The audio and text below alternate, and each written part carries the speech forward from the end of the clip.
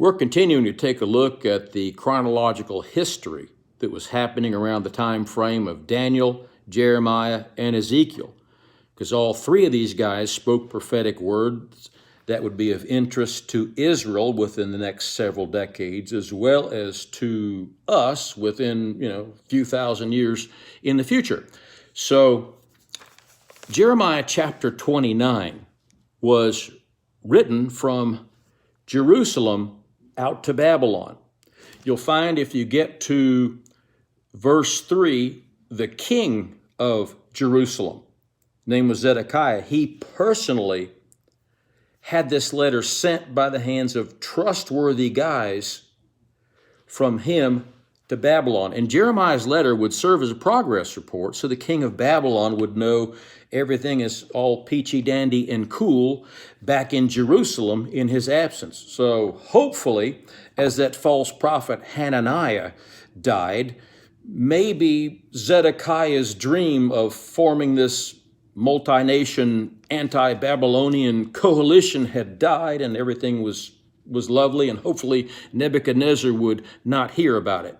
Now, this letter was sent by the hands of two guys, Elisha, and I'm in Jeremiah 29:3, Elisha and Gemariah. Now, their dads were really, really, really good guys. Check it out. One of their fathers is named Hilkiah and another is Shaphan. Go back to 2 Chronicles 34. These guys were responsible for finding and reading a single lost copy of the law of God when Josiah was cleaning out the mess that his father Manasseh had left behind in the temple. They happened to find one single lost copy of the law of God. These guys, Shaphan and Hilkiah, took the law of God into the presence of the king, read it, and this would bring about the greatest spiritual awakening in Israel's history. So their sons now are responsible for carrying this letter from Jerusalem. They're going to have to go up the Euphrates and then down into Babylon, way over there in the east. Zedekiah has apparently got really trustworthy guys to carry this letter so Nebuchadnezzar will know that everything is fine back in Jerusalem in his absence. So let's see here. This letter is sent to encourage the exiles who have been taken from Jerusalem to Babylon to get happy and be comfortable in Jerusalem. Find jobs, find work, get yourself a home or build yourself a home, take a wife, have sons or daughters, and you're going to be multiplying in this land and not decreasing at the end of verse 6. Verse 7, seek the welfare of this city which I have sent you into exile. Pray to the Lord on its behalf, for in its welfare you will have welfare. God is telling these who have been deported from Jerusalem to Babylon, hey, you guys are in a do-over. You're in time out. And you're going to be living here, you and your sons, for the next 70 years. And what God is doing is something he did back in the book of Numbers. He is putting a nation in time out to see if the ones who their sons or daughters who will rise up after them will be more faithful. They're in time out. So God is saying, you need to pray to the Lord for Babylon.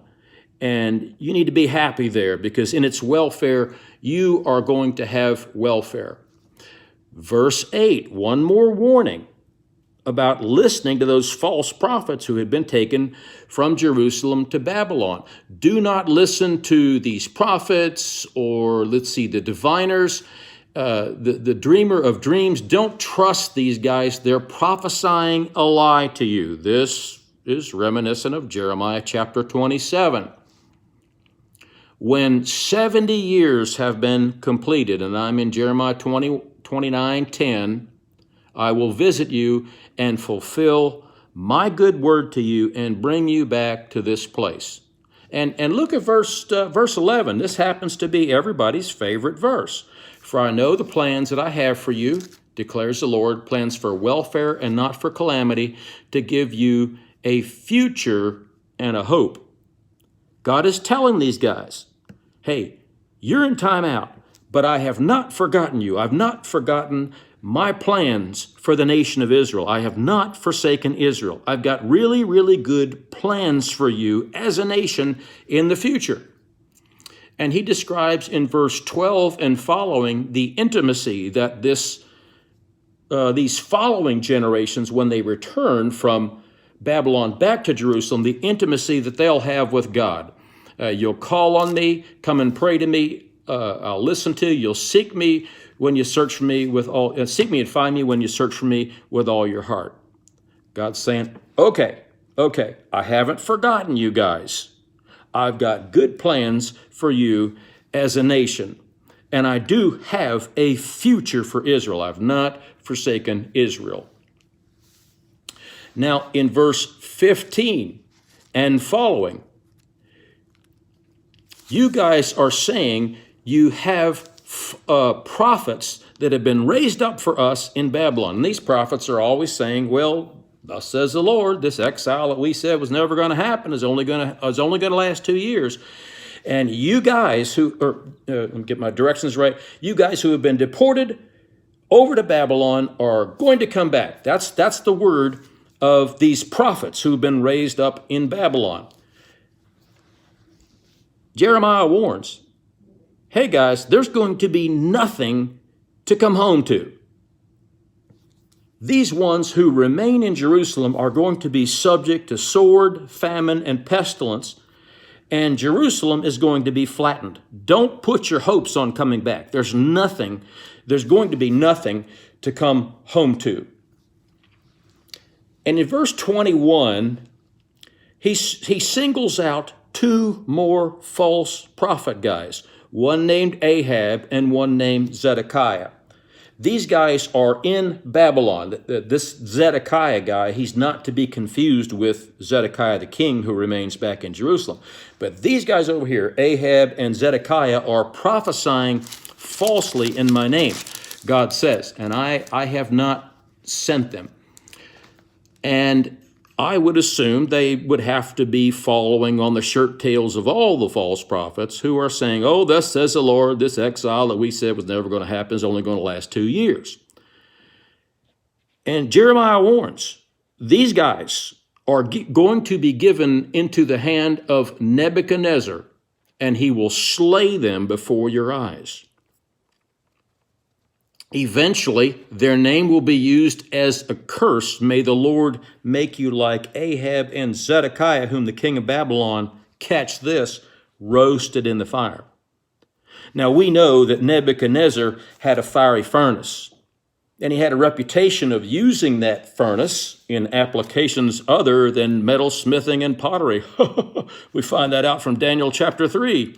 And here, 2 false prophets have been slow cooked because their message was not pleasing to Nebuchadnezzar.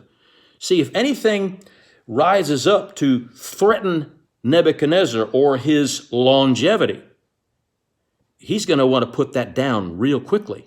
He's going to want to make a public example of these guys because Nebuchadnezzar wants to rest in the security that his kingdom is going to last forever. And here you've got false prophets saying, oh, thus says the Lord, Babylon's going to be falling in 2 years, and we're all going to go back to Jerusalem. So Nebuchadnezzar has an interest in snuffing these guys and making a public example of them. And if you want to fast forward ahead to Jeremiah chapter 41, a few years into the future, you will see the absolute destruction of Jerusalem, and where everybody who survives, and it was a brutal, brutal siege that they did survive, everyone who survived is being carried away in chains, including Jeremiah the prophet. So, interesting thing happens. The captain of the bodyguard has been commissioned by Nebuchadnezzar to search out Jeremiah. So he looks up and down the lines of all these guys that are taken away in chains to Babylon. And he says, you're Jeremiah, aren't you? Yeah, I am. And Nebuchadnezzar gives orders to set Jeremiah free. Isn't that interesting? Jeremiah gained favor before Nebuchadnezzar for denouncing the false prophets who were prophesying this was just going to be a 2-year exile. And Nebuchadnezzar would hear Jeremiah say things like, hey, you guys need to pray for Babylon. You need to seek the Lord for this city, for in its welfare you will have city. In its welfare you will have welfare. I knew I could do it. Just had to walk by faith. So I guess what this tells me as I see Nebuchadnezzar showing respect to Jeremiah is that there really is something for those who want to walk by faith in obedience to God. Faith and obedience really does have its perks because Jeremiah has found favor in the eyes of Nebuchadnezzar and he is set free. Wow. I guess that means we need to just walk by faith and trust God, doesn't it? Talk to you next time.